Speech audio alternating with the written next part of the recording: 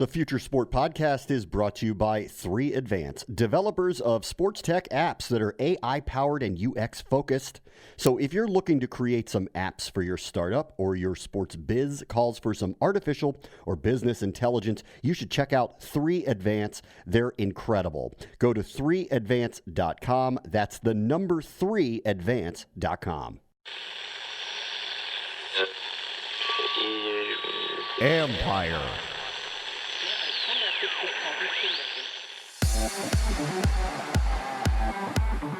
Can tech in sports help solve bigger problems? You know, to be able to have interactions and negotiate with a number of foreign ministers and others was a very exciting thing while it was happening, but it also gave me a greater understanding of what makes all of us tick and what's important to people across the board. That's Jim Moore, founder of the Washington Institute for Business, Government, and Society, who believes future success in sports can evolve into future partnerships in many sectors.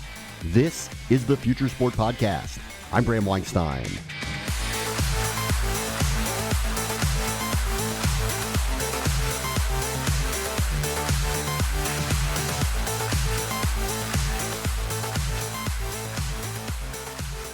What can we learn from new infrastructure, connectivity, and engagement? Jim Moore's background is in trade agreements for the United States government, and his role in oversight of U.S. commercial operations in American embassies is shaping his new vision. You'll hear more about these ambitious endeavors. And also, we'll have a visit with Wayne Kimmel, the managing partner of 76 Capital, who's focused stateside on emerging growth sectors like gambling and esports. But first, the future is not now for this take on replay, which has pros and often a lot of cons.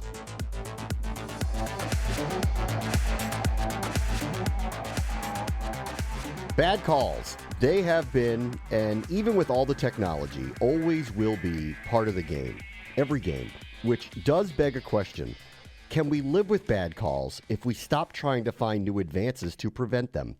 Shane Ryan from Golf Digest joins us now, and your argument, Shane, is bad calls are better than bad technology. And I want to start this conversation by saying you're actually preaching to the choir here. Good to know. Yeah. You know, it's just one of those things that it kind of all hit me at once over the course of 1 week earlier this month, or actually in December, that it's not improving the situation. The technology is making things worse. It's really not preventing bad calls in the first place. It's slowing things down, and I think leading to more and more frustration. So that was really kind of the foundation of my argument. I think some of it, though, to be fair, some of it does work. Like the Hawkeye for the tennis line calls, it's fast, it's efficient, the players don't claim it's wrong, the crowd seems to like it. So some of this stuff does work. But then even in your sport, like the flap with Patrick Reed a couple of weeks back, I mean, the call wasn't wrong, right? But and yet all it did was cause a whole bunch of mayhem. Yeah, no, you make a terrific point about tennis. It's one I hadn't thought about. What's kind of funny with me about tennis is that it's not actually video review. So by the letter of the law, I can kind of put it in its own category. But no, you're right. The technology really is good there. But yeah, I look at golf as a great example. You mentioned the Patrick Reed thing. He was caught red-handed. What he did was wrong. But there's also the fact that he was on TV, and so we look back at the 2013 Masters. Tiger Woods was penalized because a viewer called in. So we're looking at a weird situation where the players who are on TV the most now have the best chance of being caught, whereas a lower profile player sort of has more leeway to do something like Patrick Reed did because the chances that a camera is on him are much less. And so what Patrick Reed did was wrong, and there was justice in the ruling, but there's not a broader overall justice in how this is meted out in golf, for example, and who is most subject to it.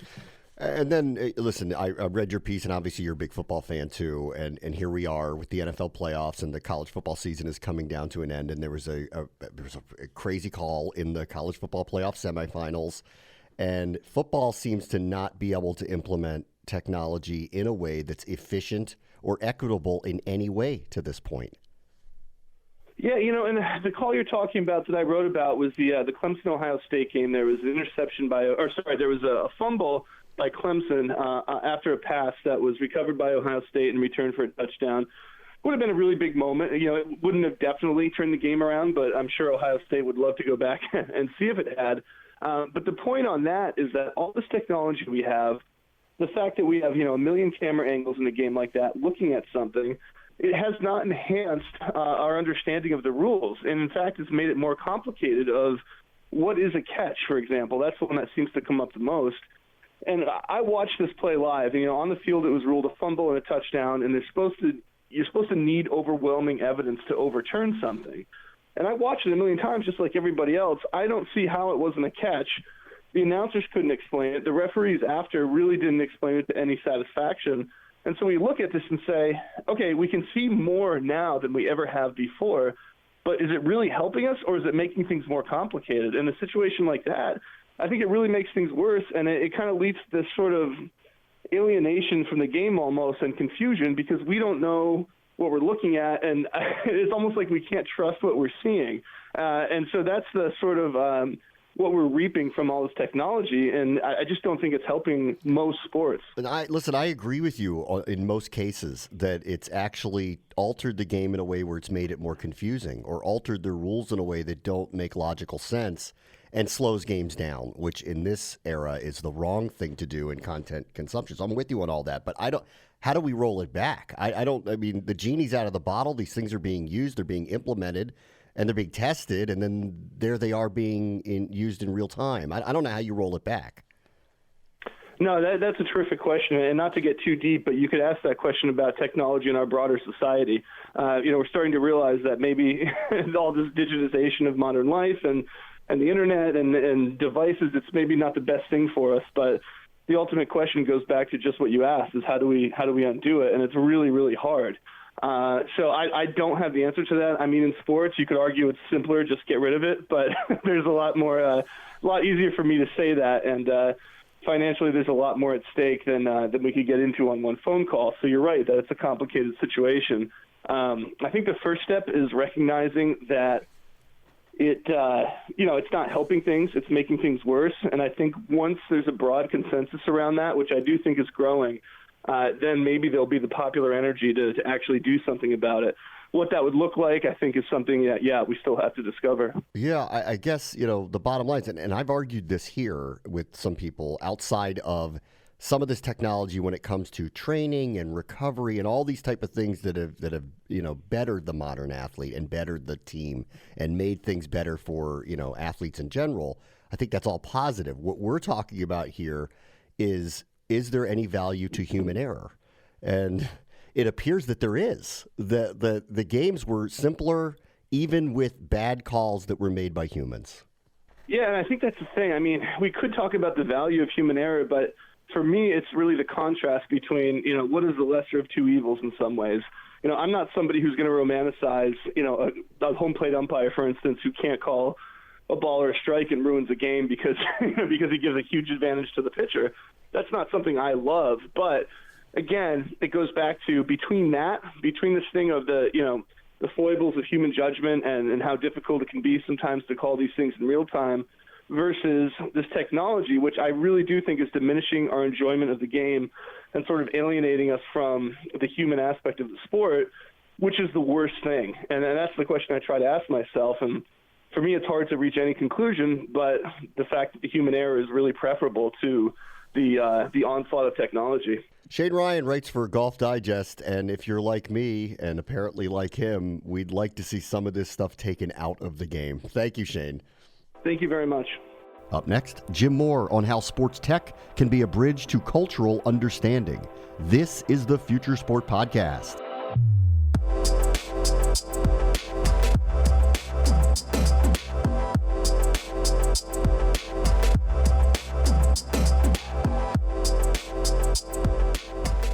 Our guest this week is Jim Moore. He's the founder of the newly launched Washington Institute for Business, Government, and Society, and they're going to be launching their first major sports tech conference in Washington, D.C., the Global Sports Conference, coming up in June 2020. Thanks for being here, Jim.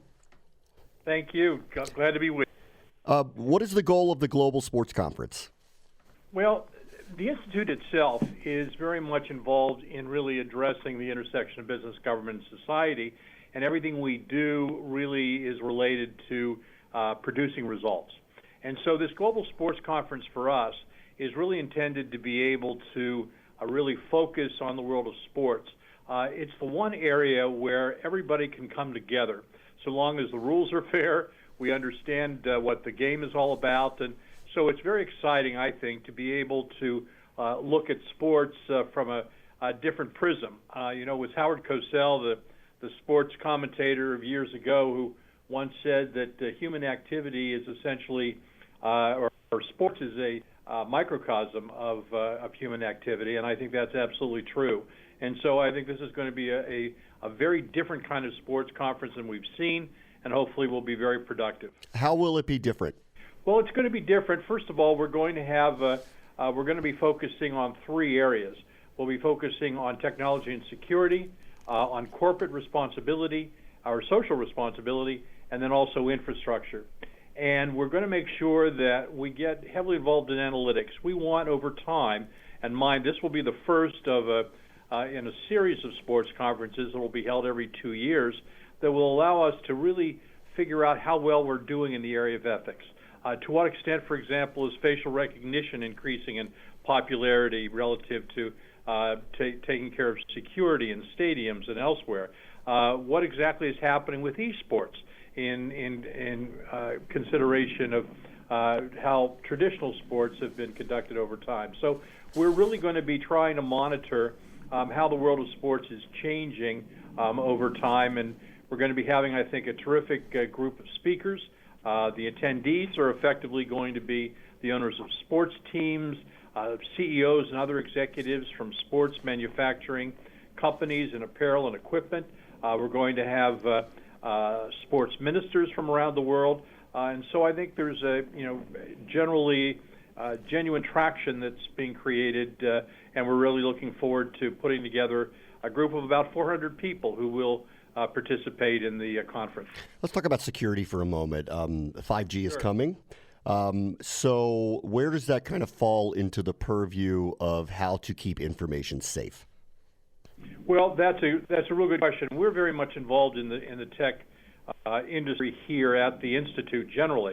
And so, getting into how technology is either enhancing or in some ways inhibiting or even hurting sports is something that we are going to certainly be concentrating on. And so we will be bringing together some of the world's great experts in the area of security to be able to answer some of those questions in a thoughtful, meaningful way. As for esports, I don't know, are you surprised by the rise of esports? Where are you on what has happened here? Because it's seemingly beyond a phenomenon now. You're absolutely right. I think everybody is surprised by esports, even those people who invested in esports at the very beginning. If you look at the financial trajectories of where esports is going, there is no question that it is going to be with us for a long time to come. And for anybody who is invested in it at this early stage, is certainly going to see some significant returns in the process. But I think there is concerns as to how it's going to develop over time. What kind of a mystique is it going to play, particularly on younger viewers? Yeah. There are a lot of things about esports that we don't know about, and we're certainly going to be exploring it in the sports conference. Including what? Connectivity from young people, the ability to connect with one another? Yeah. That's right. And also, we for a long time have been concerned about our youth when it comes to their spending too much time perhaps on the internet, being transfixed in not having really human connections outside of looking at a computer screen. And so, I think those kinds of things really need to be explored so that we know how to be able to deal with it into the future. And in terms of infrastructure, are you talking about new stadiums? Is that where you're going with that? Oh, yes, but there's so much more that's going on in the infrastructure. First of all, we're going to be holding this conference just 5 weeks before the Tokyo Olympics. So often, particularly in public-private partnerships and trying to make sure that these major world events are a success, that sometimes there is not really the thoughtfulness that should have gone into producing infrastructure. For example, there was a huge stadium that was built in Manaus, Brazil, for the World Cup, and today it's turned into a weed factory. Yeah. And that sort of thing happening, I think, is really regrettable in this day and age. But there are some incredible things that are happening in the area. Qatar, for example, is in the process of building and putting into play 8 stadiums. Well, when the World Cup is over for that small country, 3 of those stadiums are going to be disassembled. One stadium is going to be sent to a yet unidentified sub-Saharan African country and rebuilt as a stadium to be able to allow spectators to be able to enjoy that stadium, a country that could ill afford building it on its own. There are going to be 2 other stadiums that will also be sent to sub-Saharan Africa, but rather than being rebuilt as stadiums, they're going to be turned into classrooms, hospitals, all sorts of things that in this day and age you literally can take what had been a stadium and turn it into other kinds of structures. And so I think that is a remarkable thing. And we're certainly, again, going to be exploring that. I mean, that is interesting. There have been a lot of examples of the white elephants that have come through, specifically in Brazil, likely in Russia for the Olympic Games that took place there. Are you seeing a different way that governments and Olympic committees in different jurisdictions are looking at this to try to find some level of sustainability for all the infrastructure that comes with bringing an event like that to their community? Absolutely. I think for countries that have put on these major events, it becomes very embarrassing if they've not been able to utilize those structures for their people later on. I mean, quite honestly, when you build massive infrastructure and you're putting in a great deal of money, both government as well as the private sector, and you're not utilizing it to the fullest extent after the curtain comes down, after these sports events are over, you're not doing your people much good. And so I think an awful lot of citizens, and we've seen this in Brazil, have shown that they're upset over wasteful construction, obviously corruption in certain instances when infrastructure is being built and improperly financed. And so there are a lot of those kinds of things, those kinds of questions that need to be asked and certainly need to be addressed in some form. I haven't gotten to your background yet, which I think is interesting for the purpose of this conversation, which includes a number of roles in government and stints as the U.S. Assistant Secretary in the Commerce Department. Can you talk about that background and how it's helped shape the direction you want to go with this group and the event per se? You bet. I'm thrilled to have had a career that really started in government, where I worked on Capitol Hill, but also was very much involved in negotiating a number of the agreements that today are being seriously discussed. Everything from having been the chief negotiator for what turned out to be the last trade and economic agreement with the Soviet Union, to being involved in the launching of the Uruguay round, which created the World Trade Organization. I was even present at the creation in NAFTA. And so, to be able to have interactions and negotiate with a number of foreign ministers and others was a very exciting thing while it was happening, but it also gave me a greater understanding of what makes all of us tick and what's important to people across the board. And so to be able to really turn to sports here at the Institute is one of our projects in our portfolio, to be able to somehow put our arms around something that we all can understand, we can get used to, and we can engage in, I think is a very positive thing. Sports really can bring people together rather than split them apart. And we are heading into an incredible year with the Olympics and the election. What a year 2020 is going to be. You bet. Absolutely. Yeah. Jim Moore is the founder of the Washington Institute for Business, Government, and Society, and their global sports conference is going to take place in summer 2020 in Washington, D.C. Thank you so much, Jim. Thank you, Bram.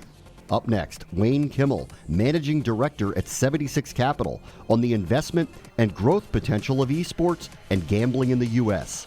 This is the Future Sport Podcast.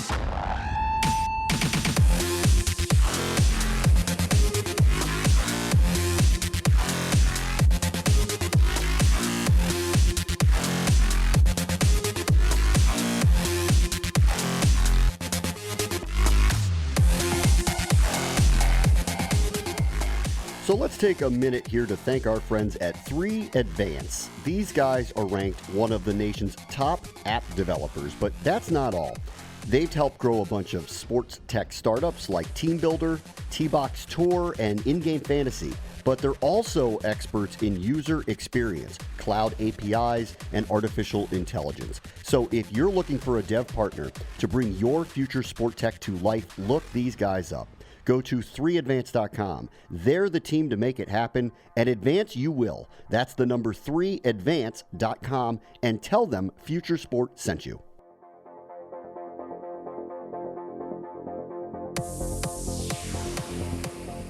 Our guest this week is Wade Kimmel, who's the managing partner of 76 Capital, which is a venture capital company in the sports tech space, as well as an emerging partner for talent representation. Hey, Wayne, how are you? I'm doing great, Bram. Thanks for having me. In the description of the company, you mentioned that you invest in smart and nice entrepreneurs. And I got to be honest, I've never heard a VC firm actually mention being nice as a qualification before. Well, at 76 Capital, we're all about making sure that we work with the right kinds of people. And you know, as a startup venture capitalist, especially in the sports space, these companies, you know, they don't just go public within 24 hours, within even 24 months. And you have to spend a lot of time and work with the entrepreneurs. And we want to make sure that we find the right kinds of people that want to do really big and exciting things. And they want to make sure the right kinds of people that we want to spend time with, because we're going to be spending a lot of time with them and helping them really build their companies. And as for their companies, what are you looking for? What interests you? Well, here at 76 Capital, we're all about companies in the sports tech industry, companies that are in the sports betting industry, and as well as the esports industry. You know, we really believe that there's opportunities to totally transform all three of those different industries within the sports world today. Let's start with esports. Where has the growth been, and where do you see that space going? Well, we're super excited in esports around the amateur side of the industry.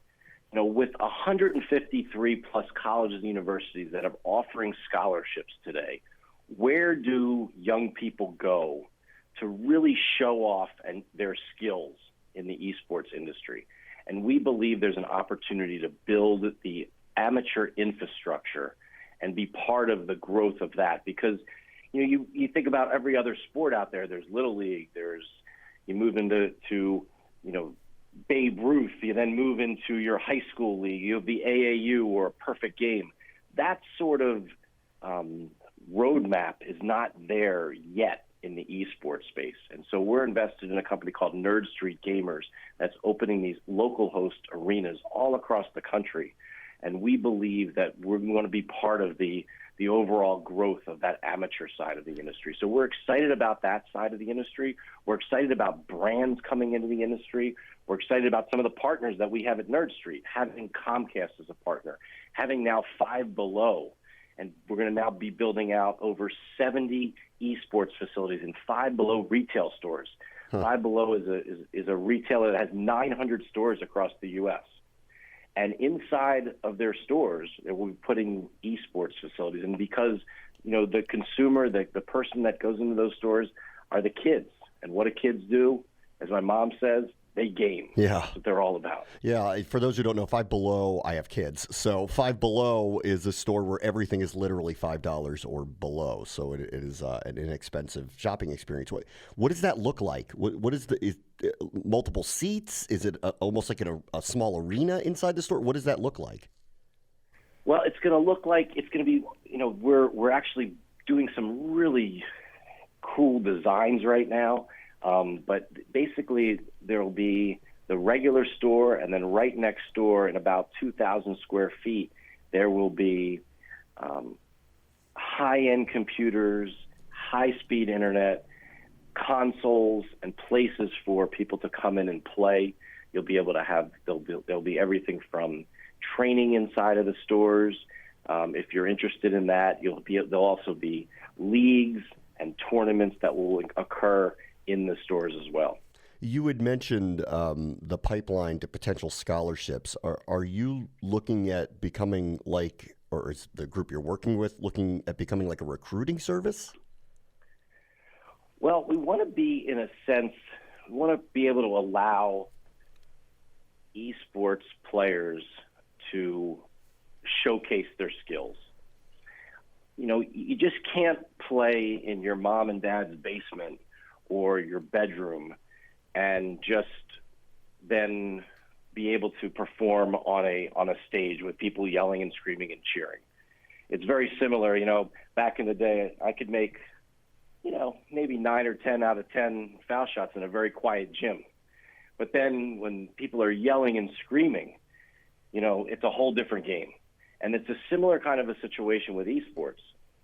You know, esports, a lot of people train and play by themselves. But if you're playing, you got to be able to play on a stage with fans. And we think that that's what we're being able to build out right now, where there's actually an opportunity to really play in front of other people and have that kind of experience that you have with traditional sports in gyms and in stadiums and on fields with fans.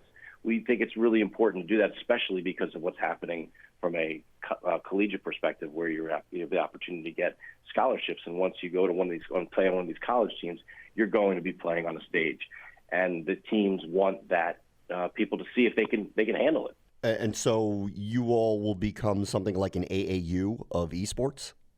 Well, you know, whether it's becoming that organization or literally creating that kinds of tournaments. So with Nerd Street Gamers, they have something called the National Championship Series, where we're, you know, this year in 2019, we are going to be crowning champions in 10 different games at 3 different levels across this National Championship Series.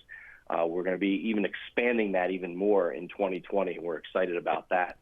So we're creating tournaments, working with brands in that situation as well. So groups like Mike and Ike's will be one of the big sponsors with us in the tournaments that we do from the national championships perspective.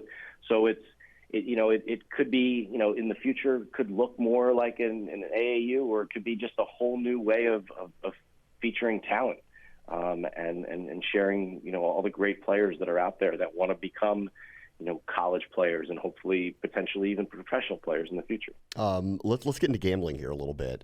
It still feels very Wild West with who's legalized it, who has not legalized it, all the different rules of the different jurisdictions. So what are you looking at currently? And then we'll expand upon maybe what you're looking at 5-10 years down the road when this is more commonplace and unified around the country. Well, we're super excited about what's happening with the sports betting industry. I mean, the way that now right before Thanksgiving of 2019, we have 13 states that have live sports betting. We have 6 states that have laws that have been passed, and they're not live yet. We have 2 other areas like D.C. and Puerto Rico that have passed laws, and that could also go live soon. It's a super exciting time. We see opportunities in being able to collect data on the courts and on the field and use that data from a data analytics perspective to create new and exciting fan experiences and betting opportunities. We see things right now from a media perspective, creating new kinds of media in and around sports betting. You see the traditional networks now talking about lines like they've never talked about that before. You have specific stations and networks like VSiN, which we're an investor in, which was started by Brent Musburger, where we're talking the numbers behind the games all the time, and really creating what we like to call the CNBC of sports betting. You know, that's something that it's really exciting to see how that's playing out today. You've got the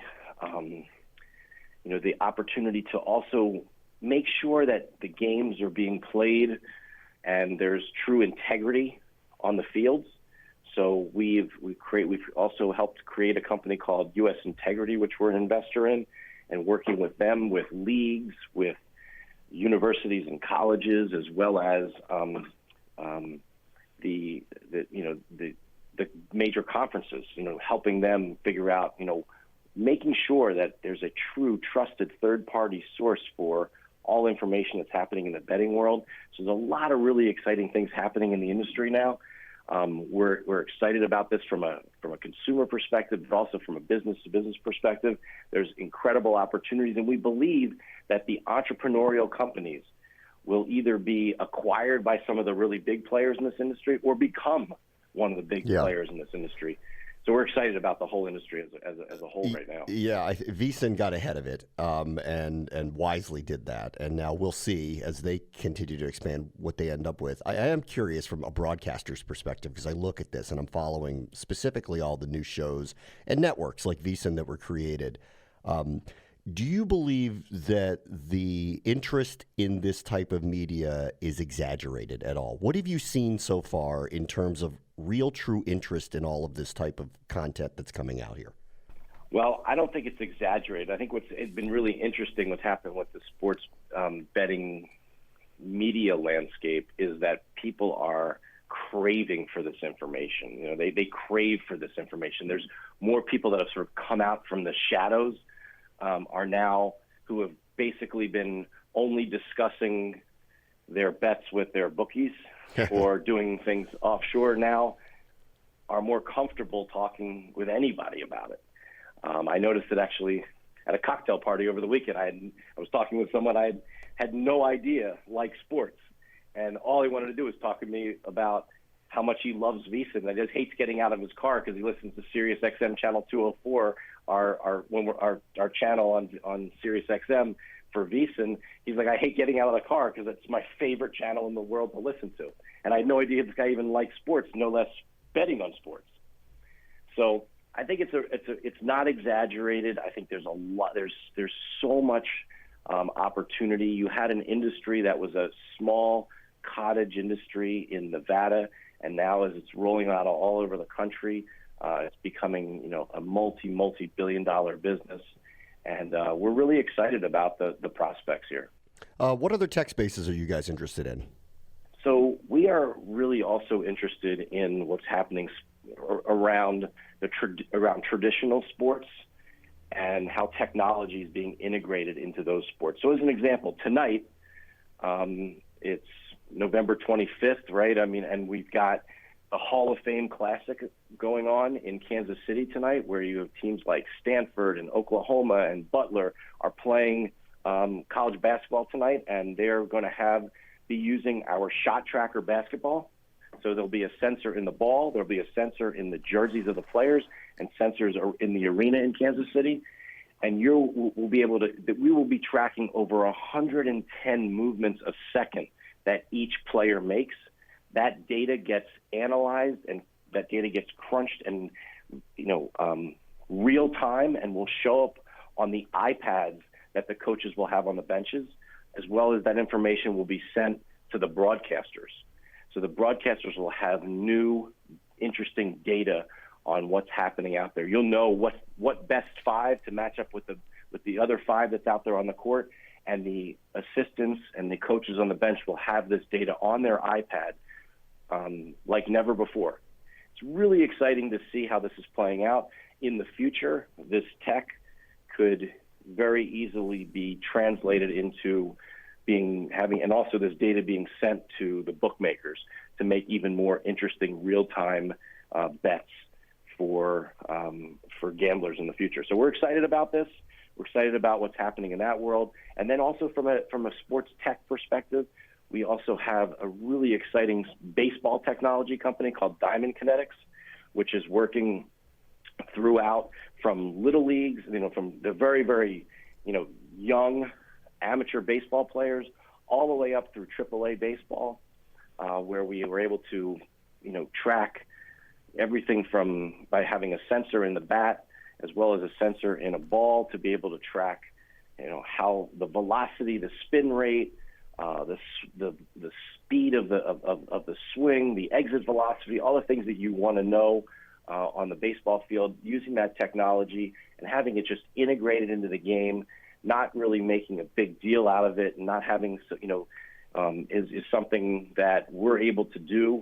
And it's exciting to see how technology and the physical sports are really coming together and merging today. Yeah, it is wild. Wayne Kimmel is the managing partner of 76 Capital. Thanks for joining us, Wayne.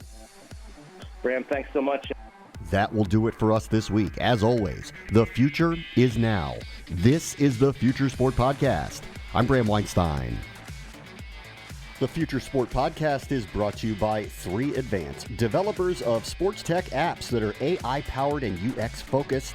So if you're looking to create some apps for your startup or your sports biz calls for some artificial or business intelligence, you should check out 3Advance. They're incredible. Go to 3advance.com. That's the number 3advance.com.